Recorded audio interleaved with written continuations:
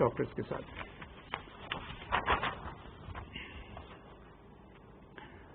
تو اس کے بعد جی یہ بہت ضروری ہے کہ جو بھی لوگ گھروں میں ایسے بزرگوں کی دیکھ بھال کر رہے ہوں کہ جن کے اندر یہ سمٹمز آ جائیں تو ان کا اپنا ماسک پہننا، اور جیسے میں پہلے کہہ چکا ہوں کہ اس شخص کا، بزرگ کا بھی ماسک پہننا بہت ضروری.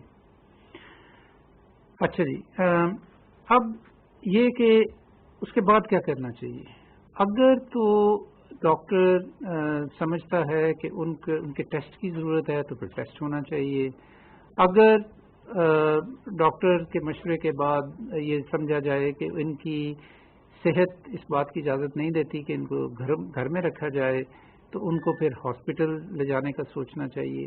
اگر ہاسپٹل لے کر جانا ہے تو اس کے لیے ایمبولینس بہتر ہے یا کوئی اپنی گاڑی استعمال کرنی چاہیے بجائے اس کے کہ پبلک ٹرانسپورٹ استعمال کی جائے. اور جب ان کو ہاسپٹل لے جایا جائے تو وہاں پہ بھی اگر ان کو داخلے کی ضرورت ہے تو داخل کیا جائے. اگر ان کا جب کووڈ-19 کا ٹیسٹ اگر کرنے کی ضرورت سمجھی جائے تو ان کا ٹیسٹ ہونا چاہیے. اور جب اس کا رزلٹ آ جائے تو اس کے بعد ظاہر ہے کہ جو کووڈ-19 کے لیے، کرونا وائرس کے لیے جو مخصوص انتظامات ہیں ہسپتالوں کے اندر ان کو استعمال کرنا چاہیے. اچھا، اس ساری صورتحال میں یہ بہت ضروری ہے کہ ہم نفسیاتی طور پہ اپنے بزرگوں کو سپورٹ کریں. ویسے تو ہمارا اللہ کا شکر ہے کلچر اتنا جو ہے وہ اچھا ہے کہ جس میں گھروں کے اندر بزرگوں سے بڑی ان کی عزت بھی ہوتی ہے، وہ گھر کے بڑے ہوتے ہیں، ان کا بڑا خیال رکھا جاتا ہے. تو عام طور پہ تو یہ چیزیں ہوتی ہی ہے. لیکن اگر بیماری ہے اور خاص طور پہ کرونا وائرس کا شک ہے یا ہو گئی ہے تو پھر تو بہت زیادہ ان کو نفسیاتی سپورٹ کی ضرورت ہے یا سائیکولوجیکل سپورٹ کی ضرورت ہے. اس کے لیے بھی مخصوص انتظامات بھی ہیں کہ جس کے ذریعے آپ ٹیلی فون کر سکتے ہیں، ہیلپ لائنز ہیں. ہماری ویب سائٹ کے اوپر بھی اس کے اوپر چیزیں پڑی ہوئی ہیں کہ مینٹل ہیلتھ کو سپورٹ کرنے کے لیے کیا کچھ کیا جانا چاہیے. اس کے اوپر میں علیحدہ سے کسی دن آپ کو بتاؤں گا کہ جنرلی مینٹل ہیلتھ کی کیوں ضروری ہے کووڈ پیشنٹس کے لیے، لیکن خاص طور پہ جو ہمارے بزرگ ہیں، جو ہمارے معمر لوگ ہیں گھروں کے اندر یا ہاسپٹلس کے اندر، ان کو نفسیاتی طور پہ بہت زیادہ سپورٹ کی ضرورت ہوتی ہے. اور ہم سب لوگوں کو بیسک سکلز پتہ ہونی چاہیے کہ ہم نے مینٹل سپورٹ کیسے کرنی ہے اپنے بزرگوں کی. تو اب میں اپنی بات سمیٹوں گا یہ کہتے ہوئے اگین کہ 5 ایریاز ہیں کہ جہاں پہ ہمیں بہت زیادہ توجہ کی ضرورت ہے. سب کا ماسک پہننا، فزیکل ڈسٹینس رکھنا یا سوشل ڈسٹینسنگ کرنا، ہاتھوں کی صفائی، دھونا، اپنے بزرگوں کا خاص طور پہ ان کو بچانا اور ان کا خیال رکھنا، اور اس کی تفصیل میں نے آپ کو کافی بتائی. اور دوسرے یہ کہ جو پہلے سے بیمار لوگ ہیں، دوسری بیماریوں کا شکار ہے، ان کو ہم نے کیسے خاص طور پہ ان کی نگہداشت کرنی ہے اس زمانے میں کہ جب پاکستان میں کرونا وائرس کی بیماری کافی تیزی سے پھیلی ہوئی ہے. اپنا اور اپنے بزرگوں کا اور اپنے ارد گرد کے لوگوں کا خیال رکھیے.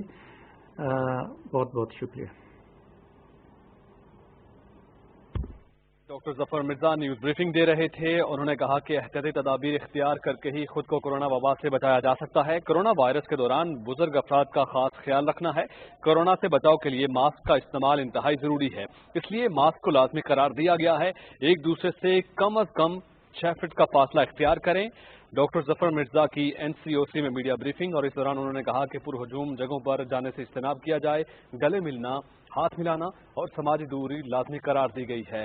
اس حوالے سے انہوں نے مزید بات کی اور کہا کہ کورونا وائرس کے دوران بزرگ افراد کا خاص خیال رکھنا چاہیے. اسی کے ساتھ ہی پاکستان ٹیلی ویژن نیوز سے فی الوقت اتنا ہی. باخبر رہنے کے لیے ہمارے ساتھ رہیے.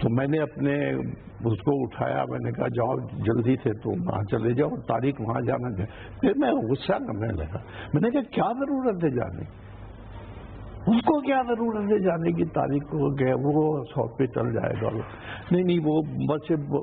پھر میں نے کہا میں کیا کر رہا ہوں غصہ, میں اس لیے غصہ کر رہا تھا کہ یار وہ بھی ٹھیک ہو جائے گا, ان کے پاس آج کل سارے پتا تو کرو کہ. تو وہ اس قدر خیال رکھنے والا تھا جی اپنے, کوئی بھی اس کا واقعی یہ تو ملازم تھا, اتنی خدمت کرنے والا کہ ہر چیز پہ ادب بھی ایک مقام پہ جا کے ختم ہو جاتا ہے نا, تو وہ بے ادبی بھی اچھی لگنے لگتی ہے. تو وہ جو اس ٹائپ کی طبیعت تھی. اور میں آپ کو ایک بات بڑے سچ کھلے دل سے بتاؤں, یہ کہ اس کی ذات کی آپ کو ہمیں سے کوئی اتنے عرصہ گزارنے کے بعد بھی کوئی پہچان نہیں پایا کہ کیا نہیں پہچان. اتنے پہلو اتنے رنگ کے حیران ہوا ہوں کہ قرآن شریف کے ترجمے اور تفسیر پہ اتنا کام کر رہے تھے جی, نوٹس کے ساتھ جی پورا وہ حیران ہوا. جی میں 30-35 سال بعد ہو گیا. صاحب جب یہ ان کے انتقال کی خبر چلی ہے تو مجھے دبئی سے, میں سویا ہوا تھا, مجھے دبئی سے پتہ چلا. تو میرے بچوں نے خاص طور کہ آپ نے ٹلنا نہیں ہے, آپ نے چلے جانا, لیکن وہاں کو رونا ہے, پلیز گھر میں ہی ان کے لیے دعا کر لیجیے گا. میری چھوٹی بیٹی جو میرے پاس کھانے وغیرہ کے لیے آئی ہوئی ہوتی ہے, انہیں کہا کہ ابو جان آپ نے ان کی باتوں پہ نہیں کرنا, آپ نے ضرور جانا ہے. یاد ہے آپ کو؟ تو یاد یہ تھا کہ جب میری پہلی بیٹی کی شادی ہوئی تو مجھ سے اسے رخصت نہیں کیا جا رہا تھا. کچھ نہ تو ایکسپیرینس تھا, دوسرا میں بہت رو رہا تھا. تو طارق صاحب نے کہا اور تو ادھر ہو یار, چل اسی آپ بھیج لینے. خان صاحب نے, انہوں نے دونوں طرف سے صاحب جمیل فخری صاحب نے, انہوں نے ان کو اس کو لے جا کے تو دولہا کی کار میں بٹھا. پھر میں نے فون کر کے کہا کہ انہوں نے میری بیٹی رخصت کی تھی کہ میں انہوں نے رخصتی سے ضرور جاؤں گا. میں نے کچھ ہوندہ ہو جائے, میں نے کورونا کی جو مرضی ہو جائے, میں ضرور جانا, کیونکہ میرے کو یہ موقع ہے انہوں نے تھوڑا. اللہ آپ کو سلامت رکھے. ٹیلی فون لائن پہ ہمارے ساتھ پاکستان کے مایا ناز میوزک ڈائریکٹر, اور پھر نیلام گھر اور بزم طارق عزیز پہ جس ٹیون کے اوپر طارق صاحب بھاگتے ہوئے کارڈلیس بھی اور وائر کے ساتھ بھی جاتے رہے, واپس آتے رہے, اور سانس قائم رہتا تھا. ابھی کانٹینٹ کی بات نہیں کر رہا, اور میں آپ کو بڑے دعوے سے یہ کہہ دوں, فہد کو اللہ زندگی دے, وہ بڑی انرجی سے کام کرتا ہے, لیکن وہ جو شو اور جو سیڑھیاں ہیں, پاکستان میں کوئی دوسرا آدمی نہیں ہے جو بھی بولنے کی بات چھوڑ دے, بھاگ کے واپس آئے اور اگلے سانس میں بات ہی کر لے. کیا بات کرنی وہ ابھی اس کی بات ہم نہیں کر رہے. یہ ہی واز لائک دیٹ, اور ان کو پتا تھا کہ یہ ان کا کیا کام ہے اور اس کے لیے کتنی محنت کرتے تھے. وہ محنت نظر آتی تھی اور اللہ کا فضل تھا. مجاہد حسین صاحب ہمارے ساتھ ٹیلی فون لائن پہ. السلام علیکم مجاہد صاحب. جی وعلیکم السلام. نور بھائی کیا حال ہے؟ سر اللہ آپ کو سلامت رکھے. جی صاحب, ہم طارق صاحب کو یاد کر کے اپنی عزت میں اضافہ کرنے کی کوشش کر رہے ہیں. جی بے شک. آپ فرمائیے, کیا یادیں ہیں, کیا باتیں ہیں, کیا شخصیت؟ میں بس کیا کہہ سکتا ہوں, بس ایک کیفیت غم کی بھی ہے, دکھ کی بھی ہے, ان سے بچھڑ جانے کی بھی ایک عجیب کیفیت ہے. تو ان سے, طارق صاحب سے تو ہماری, میں سمجھتا ہوں کہ بہت لمبی یادیں ہیں. بہت زیادہ عرصہ میں نے ان کے ساتھ گزارا, اور کام میں بھی. کراچی سے ان کا جو طارق عزیز شو تھا, جب کراچی میں شروع ہوا تو اس کا بھی تقریباً 2-2.5 سال کا عرصہ میں نے کراچی میں بھی ان کے ساتھ کیا. پھر میں لاہور آ گیا, تو لاہور آ کے تو طارق صاحب بھی 2 سال بعد لاہور آئے. انہوں نے کہا جی میں پروگرام لاہور سے شروع کر رہا ہوں, تو مجاہد تم میرے ساتھ کرو. تم تو میرے ساتھ کراچی بھی کرتے رہے. میں جی بسم اللہ.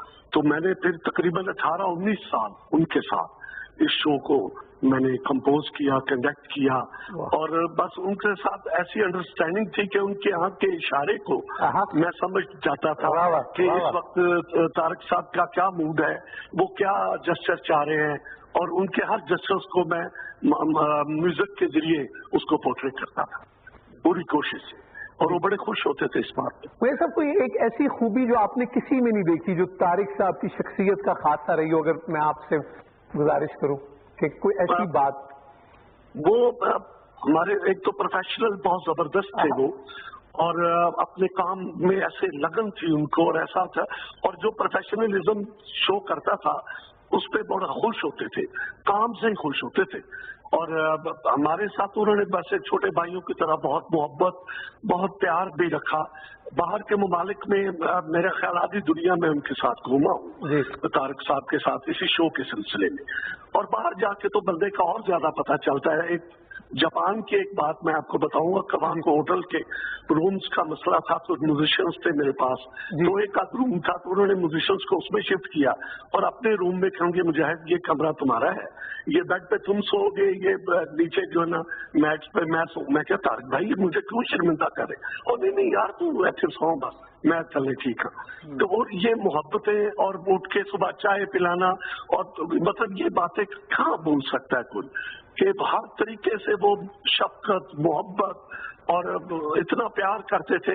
فرق صاحب بیٹھے ہوئے ہیں، ان کے ساتھ بھی ہم نے بہت زیادہ شوز دبئی میں باہر کے ممالک میں کیے، اور اتنی محبتیں، اتنا پیار، اتنی اپنائیت میں نے نہیں کسی شخص میں دیکھی جو طارق صاحب نے میں نے دیکھی.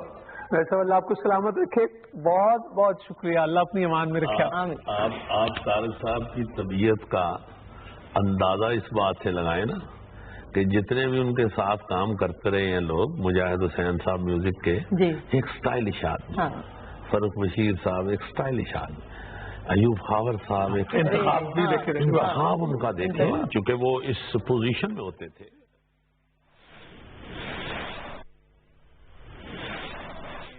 یہ بھی آپ کو بتا دوں کہ یہ ہمارے رورل اربن ایریاز میں اسٹریٹ لیول پہ یونین کونسل اور پھر اسٹریٹ اور پھر محلہ لیول پہ یہ اسمارٹ لاک ڈاؤن ہم کرنے جا رہے ہیں.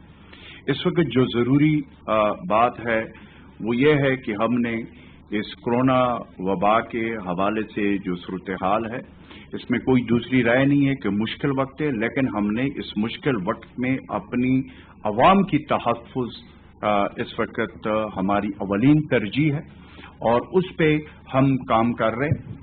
میں اس میں آپ کے سامنے یہ رکھوں گا کہ جیسے اوورسیز پاکستانی ہمارے جو بھائی ہیں، پہلے تو اسپیشل جو ہمارے وہ آ رہے تھے، اسپیشل جو فلائٹس آ رہے تھے، اب جب فیڈرل حکومت پرائم منسٹر عمران خان صاحب نے فیصلہ کیا ہے کہ جو فلائٹس ہے جو ہمارے اوورسیز پاکستانی ہیں جو اس وقت مشکل میں ہیں، گلف اسٹیٹس میں ہیں، ان کے لیے ہم نے پشاور ایئرپورٹ پہ تمام انتظامات جو ہے وہ مکمل ہم کر چکے ہیں.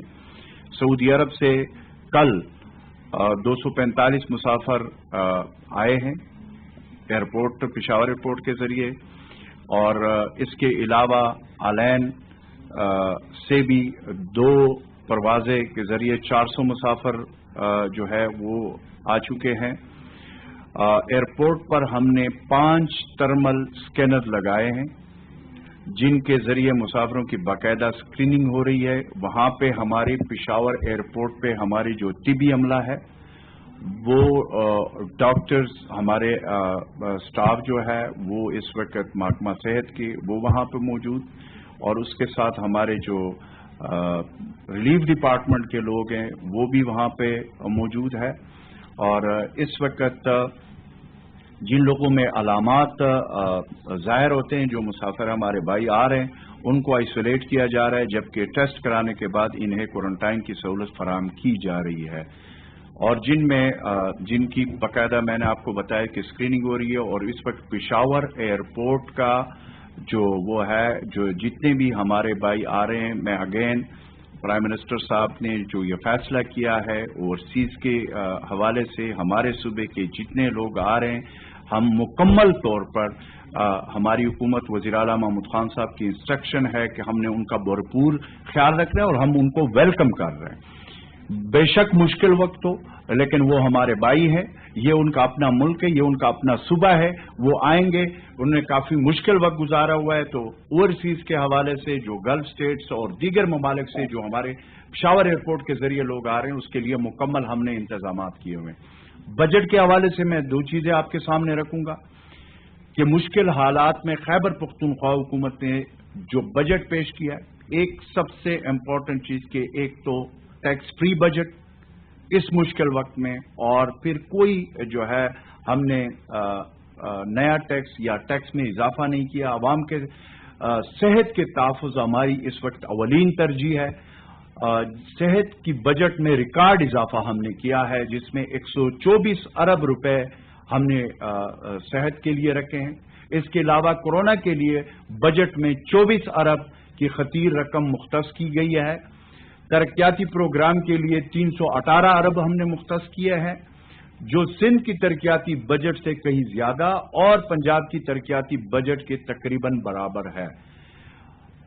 اس طریقے سے ہمارا جو صحت انصاف کارڈ ہے، پہلے ہم مرج ڈسٹرکٹ میں تمام آبادی کے لیے، جو کہ پچھلے ہمارا جو وہ تھا اس کے لیے پرائم منسٹر صاحب نے، عمران خان صاحب اور وزیر اعلیٰ محمود خان صاحب نے یہ فیصلہ کیا تھا کہ مرج ڈسٹرکٹ کے تمام لوگوں کو جو ہے ہم نے وہ جاری، کچھ علاقے رہ رہے ہیں کورونا کی وبا کے حوالے سے لیکن ابھی دوبارہ اس کو شروع کر دیا تو وہ تمام آبادی کو مل رہا ہے. اسی پیٹرن پہ خیبر پختونخوا میں بھی یہ فیصلہ ہم نے کیا ہے.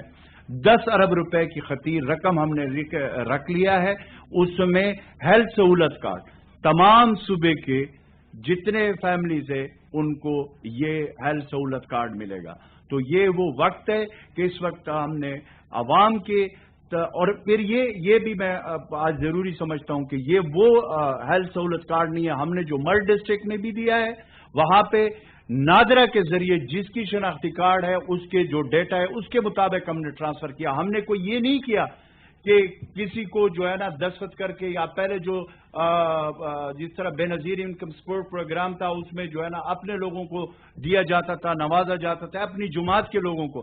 ہم نے پہلی دفعہ مرج ڈسٹرکٹ میں یہ نہیں دیکھا کہ کس سیاسی جماعت سے کوئی تعلق ہے، ہم نے تمام آبادی اسی پیٹرن پہ خیبر پختونخوا میں ہیلتھ سہولت کارڈ ہم دے رہے ہیں. اس میں جس سیاسی جماعت، جس مکاتب فکر کے لوگوں کے، ان کو تمام کو ہیلتھ سہولت کارڈ ملے گا. یہ نہیں ہے کہ صرف پی ٹی آئی والوں کو ملے گا دوسروں کو نہیں ملے گا. یہ پرائم منسٹر عمران خان کا ویژن ہے اور اس پہ وزیر اعلیٰ محمود خان صاحب نے ہم نے یہ فیصلہ کیا ہے، یہ بھی ہم نے وہ کر لیا. دوسرا، ضم اضلاع کے محرومیوں کا ازالہ کرنا پورے پاکستان کی ذمہ داری ہے، لیکن بدقسمتی سے میں بار بار کہہ رہا ہوں کہ این ایف سی ایوارڈ میں جو 3% رکھے گئے تھے جب یہ مرج ہو رہا تھا، اس پہ خصوصاً میں اگین بلاول کو کہنا چاہتا ہوں کہ وہ وعدہ جو کیا تھا اس وقت تمام پاکستان کی پولیٹیکل لیڈرشپ نے، اس پہ جو ان کا حصہ سندھ کا بنتا ہے، بلوچستان کا ہو یا پنجاب کا ہو، برائے مہربانی وہ جو 3% این ایف سی کا ہے وہ جو حصہ بنتا ہے مرج ڈسٹرکٹ کا، جس کے اوپر یہ مرج ہوا تھا، وہ ریلیز کرے تاکہ ہم وہ وہاں کے عوام تک یہ پہنچے. یہ جو 10 سالوں کے لیے جو ہر سال تقریباً 100 ارب روپے جو ملنے جا رہے. پھر اس میں ہم نے جو ضم اضلاع کے کو اپنا جو ہمارا حصہ ہے جو این ایف سی کا ہمارا 3% بنتا تھا، ہم نے پچھلے دفعہ بھی دیا ہے اور اس بجٹ میں بھی ہم نے اس کے لیے رکھ لیا ہے وہ جو 3% ہم نے دینا ہے خیبر پختونخوا حکومت نے. اس طریقے سے ہم نے ضم اضلاع کے لیے 184 ارب روپے کی خطیر رقم مختص کی گئی ہے. ان میں سے 96 ارب روپے ضم اضلاع میں ترقیاتی پروگرام پہ خرچ ہوں گے. 200 چھوٹے اور درمیانی درجے کے کاروباروں پر ٹیکس کا خاتمہ کر دیا گیا ہے. اس کے علاوہ 18 شعبوں کے لیے پیشہ ورانہ ٹیکس صفر کر دیا گیا ہے. تمام طبی پیشہ اور خدمات پر بھی پیشہ ورانہ ٹیکس صفر کر دیا گیا ہے. اس میں اگین وہی بات کروں گا کہ ہم نے جو بجٹ تیار کیا ہے موجودہ مشکل حالات میں ہم نے کوئی نمبر سکورنگ اور اس چیز کے لیے نہیں بنایا. ہم نے اس وقت جس کورونا وبا کا ہمیں سامنا ہے اس حوالے سے ہم نے صحت کے لیے جو ترقیاتی بجٹ رکھا ہے، یہ تاریخ میں پہلی دفعہ ہے کہ صحت کے لیے 124 ارب روپے ہم نے رکھے ہیں اور 24 ارب روپے صرف ہم نے کورونا کے لیے رکھے ہوئے. تو ہماری فرسٹ پرائرٹی ہے. اس موقع پہ ہم نے اس وقت ہمارے جو ہیروز ہیں، ڈاکٹرز، پیرامیڈک سٹاف، طبی عملہ، کل میں سن رہا تھا بلاول نے ریڈنگ کے اسپتال کا ذکر کیا تھا جناح ہاسپٹل کے ساتھ. میں اس چیز میں نہیں جاؤں گا. جناح ہاسپٹل کے ڈاکٹرز، پیرامیڈک سٹاف میرے سروں کے تاج ہے، لیکن ریڈنگ اسپتال کے ڈاکٹرز، پیرامیڈیکل ہمارے سروں کے تاج ہے. ہمارے لیے سب برابر ہے. ڈاکٹر، طبی